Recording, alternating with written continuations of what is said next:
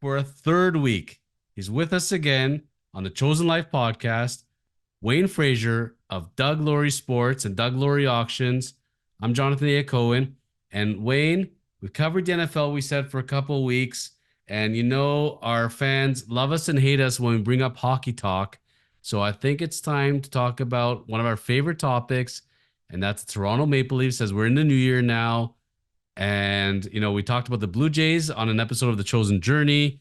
And I feel like we're talking about the same team here. This team that's very good, but still middling around.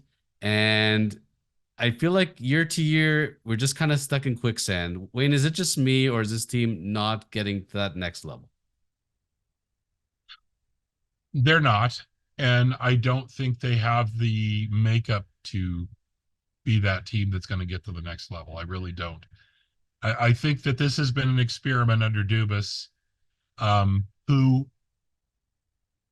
they built so top heavy that when you sign guys like Bertuzzi and Domi, who have not played badly, but it's a symptom of the problem when people are oohing and eyeing over Simone Benoit or William Lagesson, guys like that. And they've been very good for what they are. But when you need to get those sort of contributions from those kind of players, it means that A, your top guys are not doing everything they should be doing. And B, you're so top heavy that you don't have enough in the middle to really make it work. I just look at it as, again, this team is, as the time that we're taping this, they're in third in the Atlantic Division. They're 19, 10, and 7. They're fine, right? They're fine.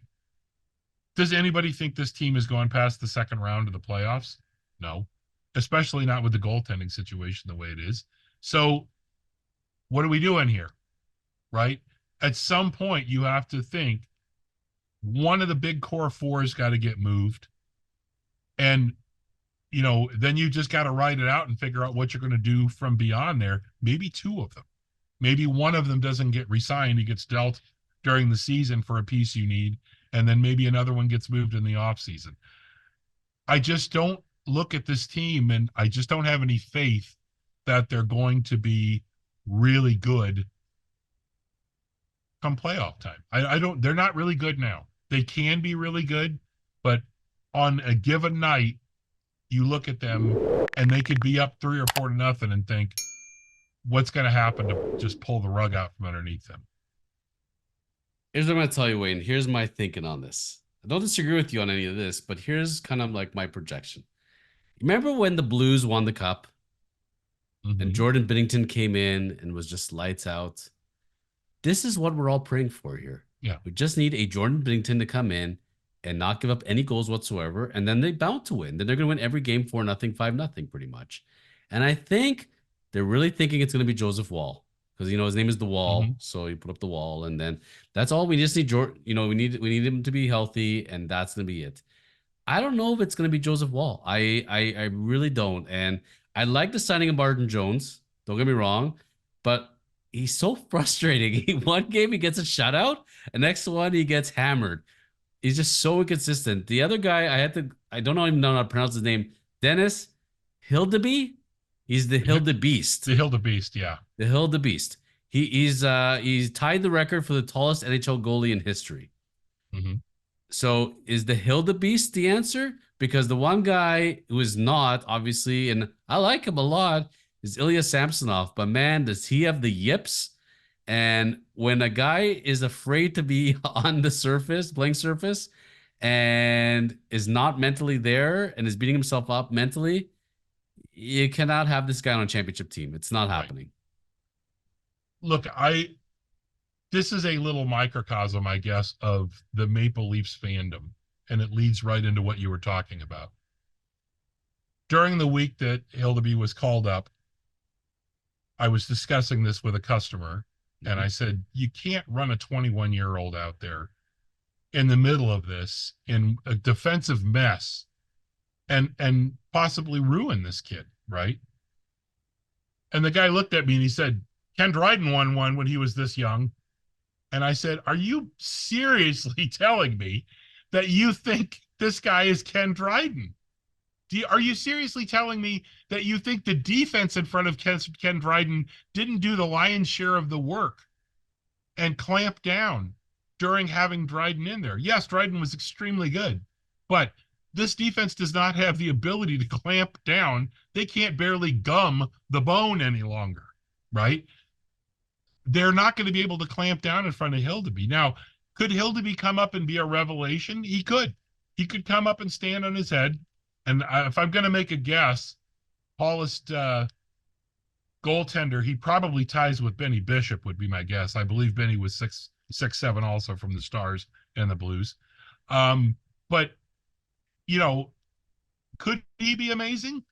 Sure. Are the chances better that he's going to get shell-shocked from the absolutely incredibly terrible defense that the Leafs have? Yeah, there's a much better chance of that. There's a much better chance of you setting this guy, unless you think he is the most placid Dalai Lama, untouchably mental pillar of strength, that he could survive that. If he comes up and gets shelled, you're going to set him back a year or two. Right? I don't want to take that chance. Do I disagree with calling him up? No, give the kid a taste. Let him be the backup. But at some point, Woll, at the time that we're taping this, is still 4 to 6 weeks away. Projected. Why would you not go out and try to make a trade for Louis Domingue from the Rangers in the AHL or sign Yaroslav Halak? And maybe that'll happen by the time this airs. But Halak is just sitting on his butt doing nothing. Is he the answer? No. Is he a temporary 1 month stopgap who had a better than 900 save percentage last year in 24 games for the Rangers? Yes. And all he costs you is the money. Now, the rumor is that Treliving went around and made offers on Jake Allen or Samuel Montembeault or a few other guys, right? Eric Comrie. And the offer was a 6th round pick. Nobody is going to give you a goaltender, not if you're the Leafs. They're not going to give you that goaltender no matter how. Especially not the Canadians. No. Especially even if they want to get him off their roster to save the cap space. They're not going to give him to you for a 6th round pick when you really need him. So go sign Halak or somebody like that. Make that deal, right? What happened to Shalgren? Wasn't he a thing at a point? He was. But he was a free agent. He signed with I can't remember where he went. I don't think he's up with the team. Because when I was at his debut, okay. I was at his debut and he got a shutout in his first NHL game. He is under contract with the New Jersey Devils and he's in Utica in the AHL. Shalgren was good. Like, he looked pretty good. Woll has looked very good. I'm happy with Woll. I'm very happy with Woll if he can play. Again, Joseph Woll is not particularly seasoned. And it's another guy that if you get into the playoffs and he blows a lead, he could just turtle. And you're stuck. It's going to be Martin Jones. You know it's going to be Woll and Jones. When's Allmark going to be a free agent? I think he's a free agent at the end of this year. But it's funny, you go, the way Allmark's been playing, you go bring in Allmark now into this team. I don't know if you're winning the Stanley Cup even with Allmark at this point. Yeah.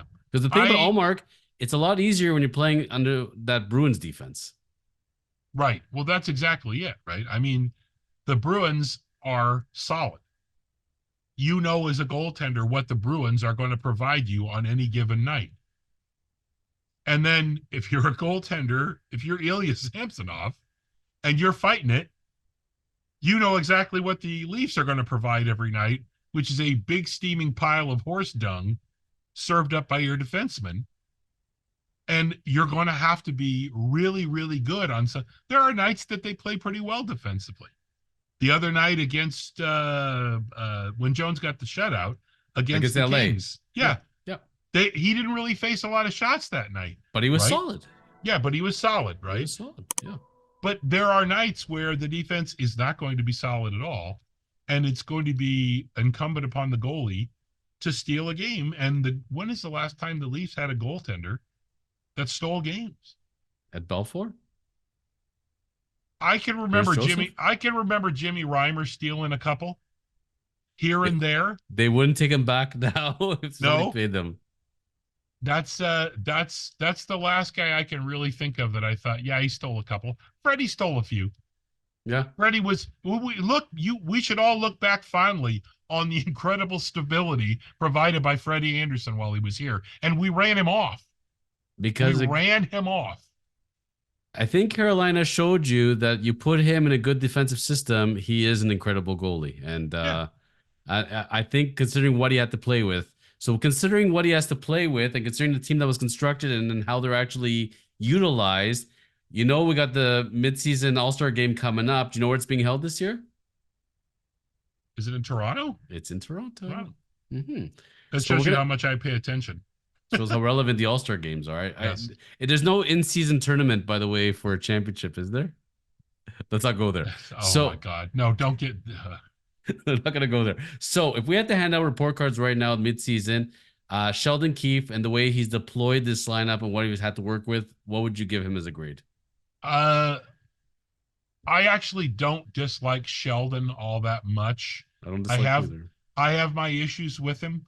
I would say that I would give him a B, maybe a B minus. My one issue is that there seem to be times that things look really obvious to all of us, and Sheldon's like, nah, no, I'm not doing that. And then he finally does it 2 or 3 games later, and it works, and everybody goes, wow, you finally did what all of us said you should do 2 or 3 games ago. But he's doing a lot of juggling. He's doing a lot of dealing with goaltending problems and all that other crap, defensemen in and out of the lineup. I think he's done a pretty good job. The one concern I have is there are a lot of times, and this has been historic with Keefe, the team comes out flat in the first period, and a lot of times. And that, to me, that's a coaching issue, or it's a preparation issue, or it's maybe these guys are not playing as hard as they should be. I'll tell you why. You want to know the reason why they come out flat in a lot of games? No. Because they only have yes, I do. They only have like 5 plays, and every play is make sure we get it to Matthews. And if Matthews is not hot to start the game, that's why the team's flat, because everything is built around Matthews. You notice when Matthews scores a goal, that the city goes nuts, the team goes nuts, and everything's built around him, and he's averaging pretty much a goal a game right now. So Matthews is playing out of his freaking mind. I don't think he's going to score 92 goals or anything close to it, but he's certainly going to hit 50, 60 if he stays at this pace. And I think we just need Matthews to get hotter in the first period rather than the middle of the third period. That's it. Keefe, I agree with you, but I would rate him at C plus at best. Just I'm not feeling it, and I feel like there's more that could be done. And the decisions, for example, Jones plays a great game. Let's put Samsonov back in. No, Samsonov should not be anywhere near the building. I would take away his key fob, his parking pass, and get this guy far away from this team as possible, because the man is destructing before our very eyes. And when somebody's on low self-confidence, don't put him into a pressure game. Go let him play with the Marlies. Go let him go on a beach on Tahiti, but don't let Ilya Samsonov anywhere near the Maple Leafs bench and net right now, period. That's my rant. Yeah. No, I don't disagree with you at all. And at the time we're taping this, there is some discussion that Samsonov has not been on the ice with the Marlies. The game a week hiatus. Yeah, that's what I thought, right? People were like, well, it looks like you see these idiots. I swear, there are about 3 people that run blogs or that are affiliated with the Leafs that are not accredited journalists for newspapers or television stations or radio stations that are worth reading. And the rest of them, I really wish they would just fire them off the top of the CN Tower. I just read one recently where Samsonov is deliberately snubbing Treliving by not showing up for the Marlies and not reporting. And I thought, I mean, where are you getting this from? And why would you be stupid enough to write that? Right? I mean, he was given, maybe he comes out to practice every once in a while, but he was told you had a week, basically, and they're working with him behind the scenes, right? They're sending him to sports psychologists. They're sending him to voodoo doctors, whoever they can get in front of the guy to get his mind right. And he's probably got seances and he's got a shaman to get rid of the bad energy. The guy's doing a lot of meditation and a lot of rest right now, but no, I don't think there's any fighting right there. I think Leafs would love to get him right, but this was the fear when they signed him out of Washington, that the guy get down on himself. And Wayne, in this day and age, I don't know if I've seen an athlete as low on themselves as Ilya Samsonov is right now from a confidence standpoint. And 100% he should not be at the rink. He should be somewhere else, just not thinking about hockey for a few days, right? We don't, do we need him right now? Of course we need him right now. But do we really need him right now? No, we don't. We're fine. We're going to make the playoffs. We're not going to get the first seed away from anybody this year. So we just need to cruise along for the time being and just deal with it, right? So I don't know. I just, and as for Treliving, yes, what grade would you give Brad Treliving right now? I think I would grade him in the B- to C+ range. I think he's done a pretty darn good job with the little stuff. Mm-hmm. And I think the Bertuzzi and Domi stuff, they're not impressing me all that much, right? Which is funny because I would give him a B+. I love the Domi Bertuzzi signings. I think they don't need to do anything right now. I think you'll see in the playoffs, these guys are going to come on like gangbusters. And That's this is fair. what, and I love the fact he was able to get Nylander signed, and Nylander is playing out of his mind right now. And Matthews is clearly motivated. And I think there's still time to pick up some guys before the trade deadline. Martin Jones, I thought was a smart pickup. I was very happy about that because I had a feeling that Samsonov was not going to be there.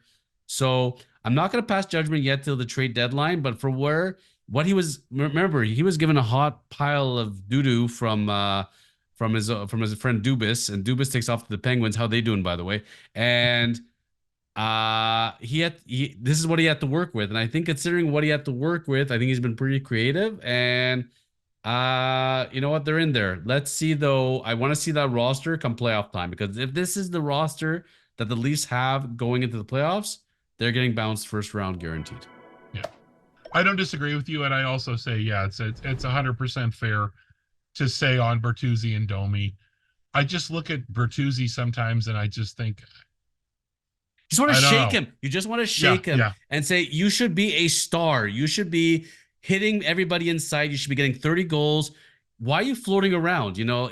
I know you get that kind of Kessel feel with him. There's a game but with Phil, At least he produced. Phil lit the lamp, right? Right. I look at Bertuzzi and sometimes you just watch him and you think, you're playing so friggin' well tonight. Are you Alexei Kovalev? Can you only do this once a week, every 4 games? I don't get it, right? And maybe it's just a consistency issue. Maybe it was poor coaching in Detroit or whatever, where, I don't know. But yeah, I mean, you can't be that inconsistent come playoff time. And look at your line mates. Look at the quality of players they get to play with. Like, there's a reason why this guy's gonna be on the third and fourth lines, because if you can't light it up with Marner and Matthews, you got to really question yourself there, because this guy should be doing what Zach Hyman is doing, and all the guy's doing is exploding. But look at his line mates. But on the same token, he's doing it. Do you think that there is a guy in the hockey world, and I don't even just say the NHL, who gets down on his knees every friggin' night and thanks God more than Zach Hyman does? Yes, Jack Campbell, when he cashes his paychecks every 2 weeks. That's just mean. You didn't have to go there, man. You know what? $5 million a year times 5 years for a half a good season. I think he's thanking his lucky stars. But no, in all seriousness, Zach Hyman though. But I'm not saying that Hyman didn't have any. And he got a good contract. Has talent. Yeah, but he definitely has talent. But he's earning it. He's earning it. He's busting his butt and he's earning it. Like Chris Letang, gave him good line mates, but he's earning it. I would say Hyman's gone to even another level, and let's give all the credit in the world. The guy clearly is putting time in the offseason. It's paid off. And I think the Leafs didn't see that coming whatsoever. And man, would he look good in the Leafs uniform right now. So well, and not only that, I didn't hear people talk about Hyman as that third part of the line. It was, he's just getting dragged along or whatever else. And almost immediately, even during camp, McDavid and Draisaitl were like, he's great. We love this guy. He doesn't necessarily do everything we do, but we love him. And I think immediately he felt the appreciation and he felt the love. And I'm not, I'm not saying that it turned that Zach Hyman from a slacker into, but I mean, he was really good. He was really good with the Leafs. He was underappreciated with the Leafs. Sometimes it doesn't take a big paycheck. And obviously it doesn't hurt to play with McDavid and Draisaitl. But sometimes when you get that little appreciation, when the guys who are the stars of the team come by and go, you know what, dude, you're making us all better, man. Zach Hyman has got to just be floating on air right now. Unbelievable. So I got to ask you, as we end today's episode, you look at the Leafs, the Oilers, and the Penguins, three teams we brought up today in today's episode. Which team is the most nervous right now about their construction? The Leafs. The Leafs are still the most nervous. I think the Oilers are simply a goaltender away from figuring everything out. And I think the Penguins know what they are. They're an aging team that has probably bet on themselves this year, and it's probably not going to work out. And then going forward from here on out, they're going to have to rebuild pretty much, right? I mean, they've got some great parts, Jake Gensel and all this kind of stuff. They have some really good parts. But as Crosby and Malkin come to the end of their careers, that's pretty tough, a 1-2 punch to kind of think, oh, we're just going to pick up a couple of pieces and go forward, right? So I think it's the Leafs because look, as close as we are, and I'm going to assume that at this point probably that this heir's Nylander has been signed. It sounded like it was pretty imminent. It was almost there. It's going to be. Yes. And think about a year and a half ago what you could have signed Nylander for, as opposed to now. It's going to cost you an extra $15 or $20 million, and you're just farther into the situation that you're in right now. But at least the payroll is going to go up. At least the cap's going to go up, and there's going to be ability to raise the cap with the payroll. So if they backloaded a bit, they might be able to save themselves. I gotta ask you, because you're talking about the writers and the NHL writers, and some of them drive you up the wall. You want a good laugh as we end today's episode? Sure. This writer was, I'm not gonna name names, but they wrote that Sidney Crosby is done with Pittsburgh, and he's demanded a trade to Toronto. And Toronto's going to trade a couple pieces for Crosby, and Crosby's going to be joining the Leafs by the trade deadline, and he's going to put them over the top. How laughable is that, the idea that Dubas would gift wrap Sidney Crosby for the Leafs for nothing? Not going to happen. I would give that. You know what? It's a great dart throw. I mean, that's something to be said for it, because if for some reason this comes to fruition, that guy now is the Nostradamus of the NHL, right? Absolutely. I can actually see a path to that happening. I actually could. I don't think this is a matter of Crosby forces his way out of Pittsburgh. But if he goes to the Pittsburgh management and says, you know what? I think this is it. We're not going to get any better. I don't really want to play much longer and take the chance on getting my block knocked off and then actually having lasting concussion issues. Mm-hmm. And if you could trade me somewhere, it would be pretty crazy to bring him in for that run. And could you imagine, after the incredible career that he's had, to come in here and take the Maple Leafs into the Cup playoffs and try to drag them to a Stanley Cup? That's so implausible and so crazy. It almost makes it believable. It almost makes it think, we're living in a simulation. This would be the thing that would prove that the simulation exists, that some computer hacker is just like, yeah, and you know what? Move Crosby to the Leafs. Why not, right? Man alive. Who's the Leafs' top defenseman? Morgan Riley? So Morgan Riley, Matthew Nyes, that might get it done. Can you imagine this team without Morgan Riley, without Matthew Nyes at this point into the future? There's no way they're gift wrapping him for nothing. It's not going to happen. But it's fun to dream. The same way we dream Would you trade Matthews for McDavid? And right now, people would probably say no, but you know what? I would still say yes. I take McDavid in a heartbeat. I But would too. yeah, but that's why we're not running teams. And, there's very few teams out there. One of them is the Seattle Mariners. If you're a baseball fan and you watch how they run their team like a fantasy team. They're literally trades every single week. It's pretty awesome. So if I was a fan of one of those teams, I love watching trades. I remember back in the days with the Jays and Pat Gillick was stand pat and he wouldn't make any deals until he traded for Roberto Alomar and then they won the World Series. But Right.